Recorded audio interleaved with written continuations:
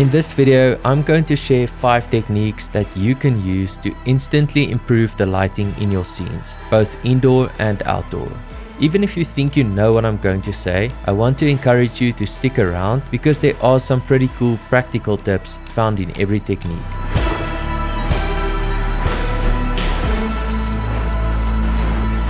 I'll be using examples from a recent short film I DP'd on called Liminality.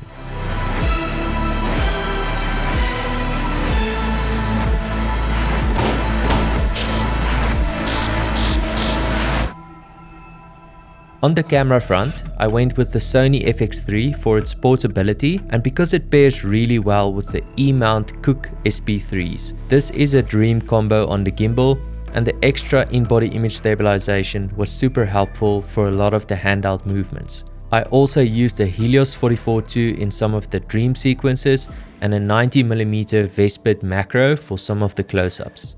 Tip number 1. White windows. By white windows, I mean diffused windows. Shooting with open windows in the frame can be an exposure nightmare, and a technique I often use is to cover a window up completely with diffusion on the outside.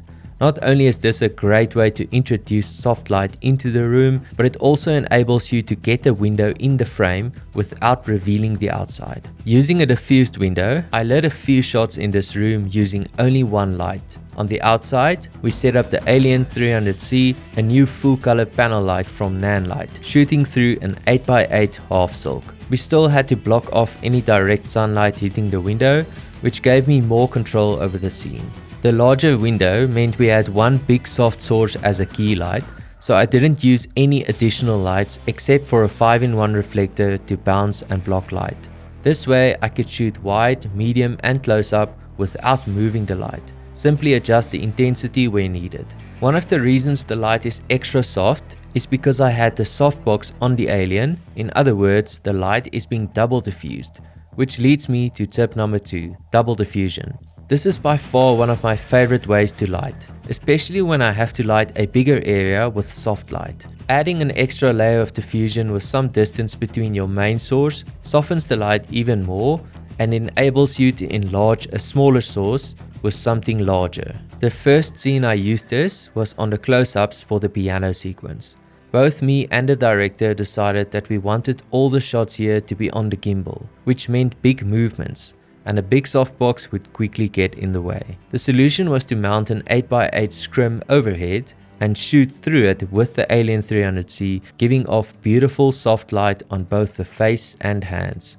To keep some shape in the face, we put the light more on the back side to let it gently wrap into the shadow side, and the scrim does all the magic here. On the wider shots, I simply started without the silk and boomed it up as high as possible. Another place where this also worked incredibly well is in the final hospital scenes. The space was incredibly tight and there was no way we could fit a big softbox overhead, so it made sense to utilize the rails above and tie the 8x8 half silk to it with the Alien 300C on a boom overhead, delivering the goods. A panel light works great for these scenarios because it's easy to fit into tighter spaces. Double diffusion meant we had to dial up the intensity quite a bit, and I think we maxed it out at around 85%, taking into account that we also battled some ambient light from the outside and a bright Forza 500 Mark II with a Fresnel, serving as a direct edge light, also casting these shadows. If you just break down the wide, you can see how the light is again slightly behind to leave some space for shooting shadow side. In other words, the 8x8 is spreading the light out in this area, but still leaving the camera side in the dark. The backside had no lighting source of any sort, so it was necessary to bring in a fill, and here we opted for an Alien 150C, shooting double diffused through a 5-in-1 diffusion ring. Simple but effective. In the close-up, all the fill you see from this side is coming from the Alien 300C through the scrim, with the Forza 500 Mark II creating the edge light. This overhead setup worked so well that for the remaining shots we could simply move the light around and use negative fill where necessary. Which leads me to the next tip, subtracting light. On bigger sets, we use flags and floppies, but quite often a simple 5-in-1 reflector on the black side can do the job. In this film, there were 3 scenes where it truly made a big difference. On the second close-up where we revealed the nurse's face, there was nowhere she could stand without being filled in by the big soft light coming from above. So a 5-in-1 ring on the black side held up by a lighting assistant was all that we needed to get some shape back into the face, with the camera on the shadow side, but the remaining light still spilling over onto the main character's hand. The second was this close-up we shot at an active gypsum plant, where using the right angles made it look like something from another planet.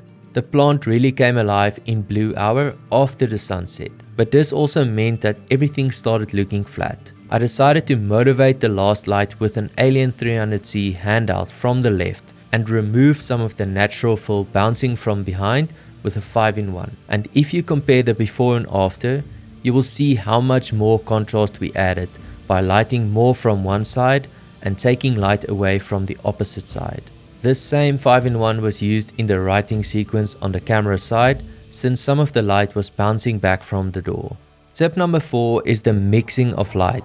By mixing light, I'm not just talking about color contrast, but about using different temperature lights from the same direction. In this dream sequence, we used the same room from the writing scenes, but placed the actress right next to the window. This time, instead of just one light from the outside, I brought in an extra Forza 500 bicolor and set it to 2700 Kelvin, hitting the subject from behind to create a warm edge light. This had a pleasing effect on the hair, making it appear vividly red. The alien was set to 5600 Kelvin, just neutralizing the warmth in the face to a natural state. This technique is a great way to add warmth into the scene without going full orange on the skin tone. The Alien series can do Kelvin temperature from 2700 all the way to 12,000, plus green and magenta shift. But being a full color light means you can go really warm or cool if you need to. While we're on this scene, since we moved the subject closer to the window, we had to bring down the exposure quite a bit, which means the rest of the room got dark quite quickly. This leads me to tip number 5, balance. It's easy to get carried away with contrast, but sometimes losing balance in the contrast ratio can quickly make your scene feel lit or simply lacking. A technique I often use to introduce more lift into the scene is to bounce a light against the roof. In this case, I used an Alien 150C on a softbox and it gave me just the right amount of balance. If you compare it with the test shots, you'll see how much it helps. This same principle applies when filming nighttime exteriors.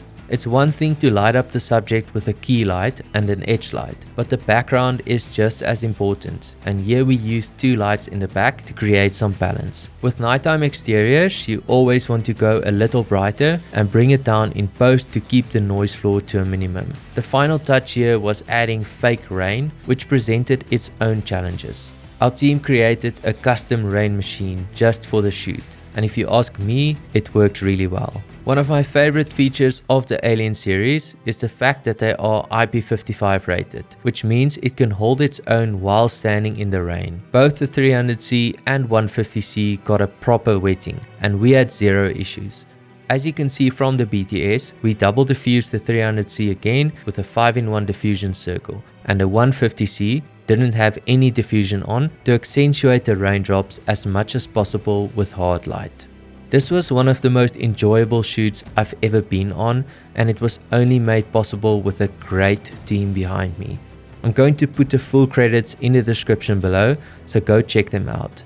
A massive thanks to Sony and Nanlite for sponsoring this video.